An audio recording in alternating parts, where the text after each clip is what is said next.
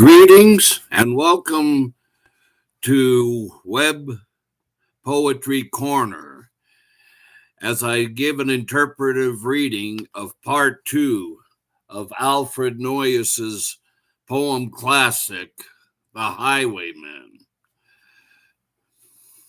A day ago, I did the interpretive reading of part 1. The Highwayman is a 2-part poem classic.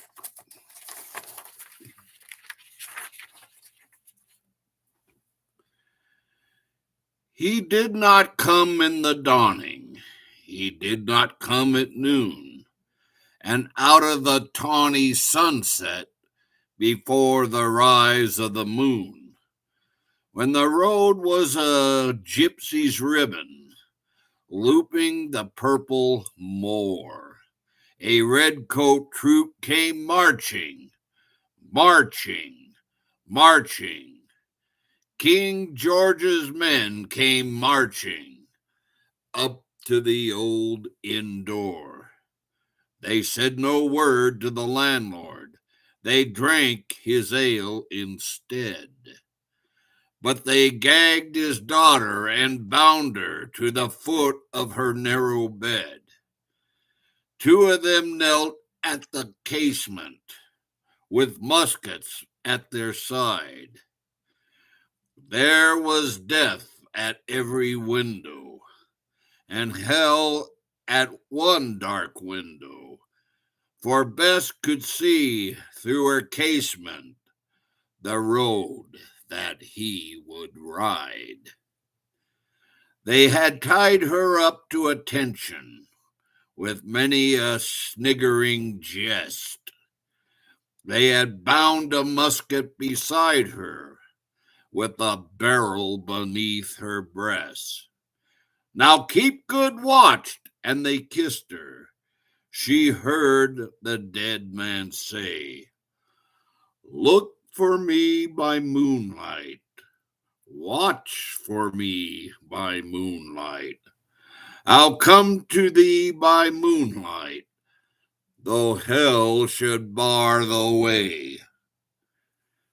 She twisted her hands behind her, but all the knots held good. She writhed her hands till her fingers were wet with sweat or blood.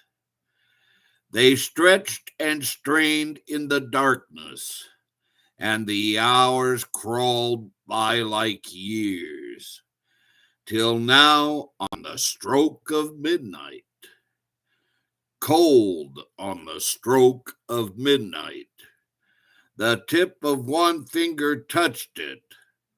The trigger at last was hers. The tip of one finger touched it. She strove no more for the rest. Up she stood to attention with a barrel beneath her breast. She would not risk their hearing. She would not strive again, for the road lay bare in the moonlight, blank and bare in the moonlight, and the blood of her veins in the moonlight throbbed to her love's refrain. Tlot, tlot, had they heard it? The horse hoofs ringing clear. Tlot, tlot, tlot, tlot, in the distance. Were they deaf that they could not hear?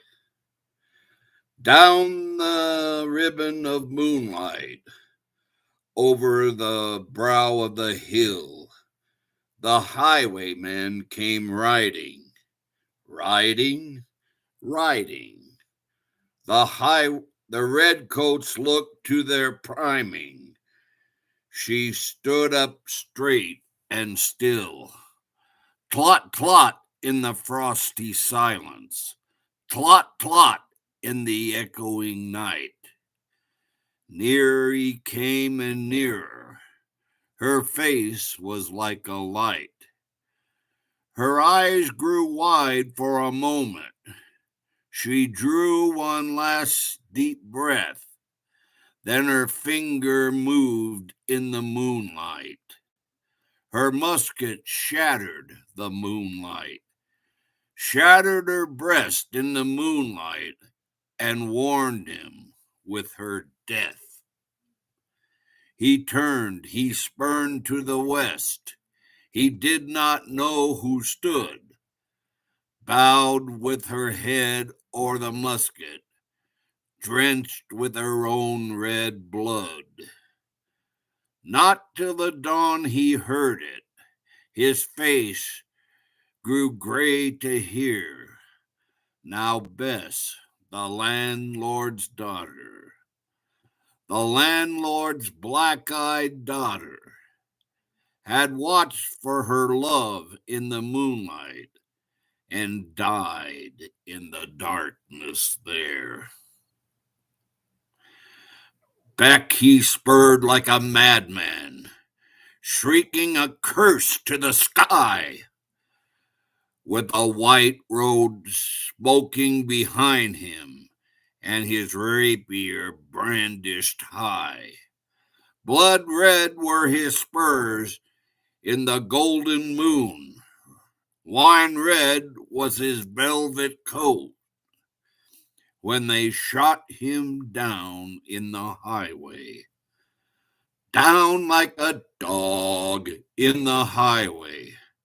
And he laid in his blood on the highway with a bunch of lace at his throat. And still of a winter's night, they say, when the wind is in the trees, when the moon is a ghostly galleon tossed upon cloudy seas, when the road is a ribbon of moonlight over the purple moor, a highwayman comes riding, riding, riding. A highwayman comes riding up to the old inn door.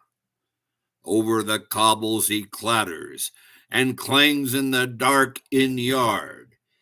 He taps with his whip on the shutters, but all is locked and barred. He whistles a tune to the window, and who should be waiting there but the landlord's black-eyed daughter, Bess, the landlord's daughter, plaiting a dark red love knot into her long black hair. The end. And that's the end of the entire poem classic. One of my favorite poems. And thank you for tuning in to Web Poetry Corner.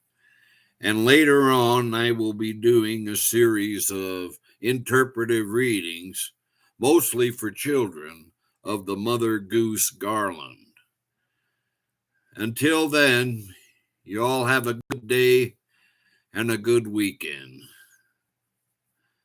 And I hope to see you soon.